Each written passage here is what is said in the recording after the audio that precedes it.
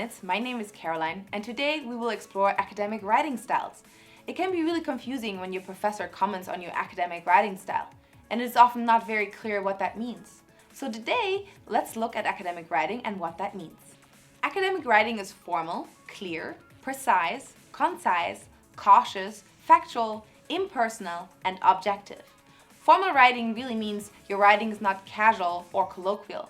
Let me give you an example. So we do not use words like stuff, really, and things. In academic writing, it is better to use words like such as, for example, or number of. Academic writing is clear, concise, precise, and not too complex or long-winded.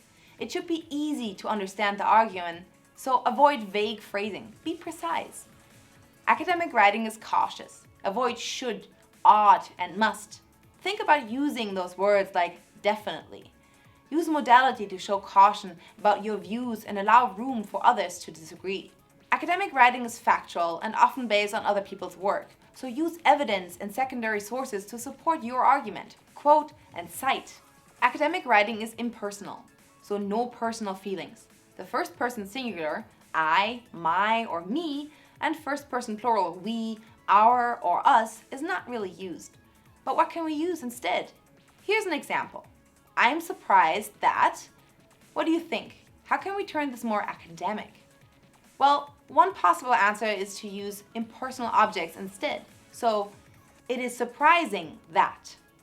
So to recap, your academic writing should be formal, clear, precise, concise, cautious, factual, impersonal, and objective. So don't be too emotive, which means don't use words like wonderful, terrible, amazing, or badly. Rather be more academic and use words like helpful, or poor, valid, or inadequate. Use a good mix of small and big words. Be clear and straightforward and don't obscure your argument behind big words. Now, take a look at your own writing. Is there anything you could change? Thank you for watching, and do not forget to subscribe to watch more videos and visit our website for more information. Good luck with your assignment.